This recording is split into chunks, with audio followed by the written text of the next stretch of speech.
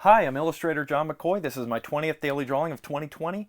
Check out how I did this still life drawing from live observation. Hi, I'm illustrator John McCoy. Thanks for watching. This is my 20th daily drawing exercise of 2020. I'm doing a drawing every day and recording it in time-lapse mode using a GoPro camera. So today I'm going to be using an 18 by 24 sketch pad and a range of graphite grayscale media, a graphite stick, mechanical pencil, kneaded eraser. I don't want to introduce color into this because I want to focus on studying and analyzing the forms in lighting, using the studio lamp, and I want to understand how forms fit inside of classic three-dimensional objects such as spheres and cylinders.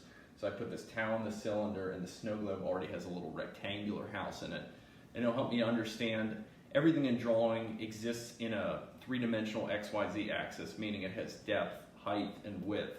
So if I can analyze that in terms of these forms like towels and houses in terms of classic three-dimensional shapes like cylinders and spheres, it'll help me to analyze the forms better and learn how forms relate to these classic geometric objects.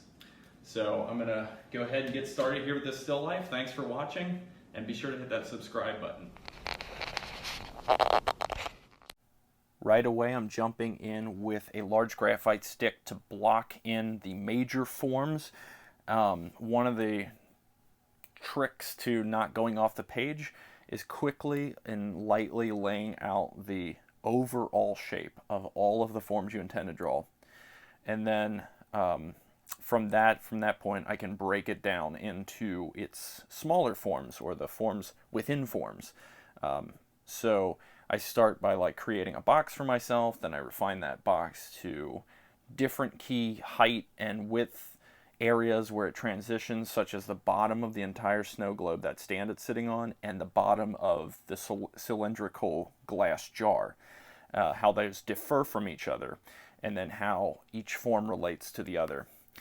And I'm using that large graphite stick to block in huge areas of tone. This way I can work quickly. This one's only 70 minutes in real time, which is an hour and 10 minutes, obviously. And that's actually not that much time. It might seem like a lot of time, but it's not when I need to describe so much information that I'm seeing.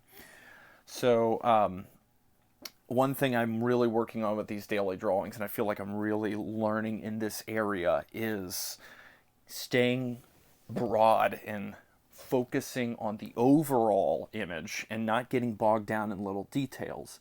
And one way I can do this is to, whenever I set out to do something, for one, I can make sure I complete it. Like if I set out to shade an area of a certain value, I want to go ahead and finish that before I go to something else, because my brain, when it's analyzing something, is so oh, there's this and this and this and this relates to this, and one thought leads to the next. And I can sometimes, if I'm not careful, when I'm trying to be broad with my addressing the subject matter, I can stop one thing and start another, and stop one thing and start another, and that kind of distracts and it results in a less efficient drawing. But each time you get a area of the drawing realistically down, it improves your ability to see the thing coming to life. And that is key to drawing, because it gives you more information on your page to reference from when you put new marks on your page. So it's something I'm trying to stay hierarchical in my analysis as I draw, so that I don't get carried away in little details or stuck in a certain spot and not see it all coming together and then get discouraged. And it makes it more burdensome. The drawing's funner when you see it coming together. So there's so many ways. It's like there's so many levels of learning. For one, there's a learning in and of itself of making it enjoyable and efficient for yourself, because the more it's enjoyable and the more efficient it is, the more you have a platform in which you can get down to learning. So yeah, you add all these things like color, and that adds a new dimension, which is something I can do and would want to do.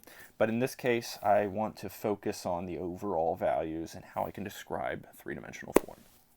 So thank you guys so much for watching. I hope you enjoyed listening to me talk about this drawing and seeing it come to life. Please subscribe and share this video with your friends and family, and thanks for watching.